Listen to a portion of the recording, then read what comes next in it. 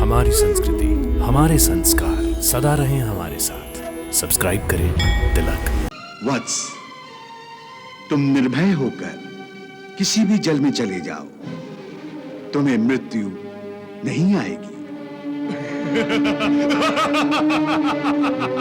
बस पितामह, मैं यही जानना चाहता था। परंतु क्या? जो तुम जानना चाहते हो वो अभी तक भी तुम जान नहीं पाए। गंगा जल तुम्हें मृत्यु नहीं दे सकता, परंतु वो तुम्हें मुक्ति अवश्य देगा।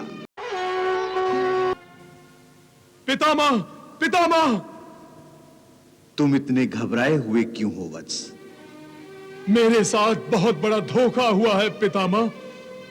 आपने मुझे अमृत का वरदान दिया था ना? तुम भूल रहे हो वत्स, मैंने उस समय भी तुम्हें कहा था कि यहाँ कोई अमर नहीं है। परंतु आपने स्वयं मेरी न मरने की मांग को तथास्तु कहा था। नहीं, तुम्हारी शर्तों को तथास्तु कहा था। तुमने मृत्यु को जिन शर्तों से बांधा था उन्हें तथास्तु कहा था। तो क्या आपके वरदान के अनुसार मेरी मृत्यु जल में हो सकती है? नहीं। तो फिर गंगा का जल मुझे क्यों डुबोना चाहता है? उससे मुझे क्यों मृत्यु का भय लग रहा है? वत्स, तुम निर्भय होकर किसी भी जल में चले जाओ, तुम्हें मृत्यु नहीं आएगी। बस पितामह, मैं यही जानना चाहता था। परंतु क्या? जो तुम जानना चाहते हो वो अभी तक भी तुम जान नहीं पाए।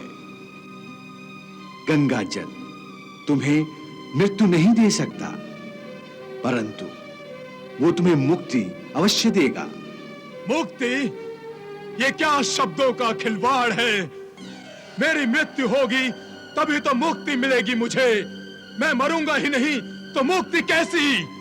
वत्स, मृत्यु के बाद जन्म हो सकता है, मुक्ति के बाद जन्म नहीं होता है। तुम जन्म जन्मांतर के चक्र से मुक्त हो जाओगे वत्स। मुझे नहीं होना मुक्त, मुझे राज्य करना है। देवताओं की पराजय चाहिए मुझे और असुरलोक की सब लोकों पर विजय। 10 दिशाओं में एक ही नाम गूंजते हुए सुनना चाहता हूं मैं। असुरेश्वर हिरण्यकश्यप, हिरण्यकश्यप की जय, हिरण्यकश्यप की जय। दीदी, आपके समझाने पर भी मृत्यु और मुक्ति का भेद हिरण्यकश्यप की समझ में नहीं आया है। वो ही सत्य परम पिता ब्रह्मा जी से सुनकर असुरेश्वर को इतना क्रोध क्यों आ रहा है?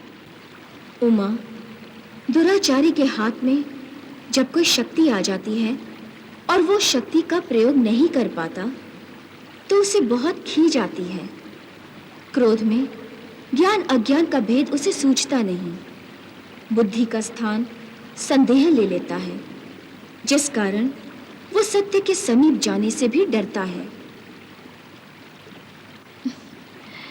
हिरण्यकश्यप इस सत्य को जान चुका है कि वो अमर नहीं है, परंतु वो इस सत्य को मानना नहीं चाहता। वो क्यों दीदी? सत्य को मानना अर्थात पर ब्रह्म के सामने सर झुका देना, अपने अहंकार को उतार बाहर फेंक देना, जो उससे अब नहीं होगा। इसका परिणाम विनाश। यदि प्रभु को अभी असुरों का विनाश करना था तो प्रहलाद को हिरण्यकश्यप के यहाँ भेजने की क्या आवश्यकता थी? प्रहलाद भगवान द्वारा भेजा एक संकेत है। यदि प्रहलाद द्वारा दर्शाया सत्य असुरेश्वर ने समझ लिया तो असुर लोक का कल्याण हो जाएगा, अन्यथा उनका विनाश तो प्रहलाद के रूप में गुरुकुल में शिक्षा ग्रहण कर ही रहा है।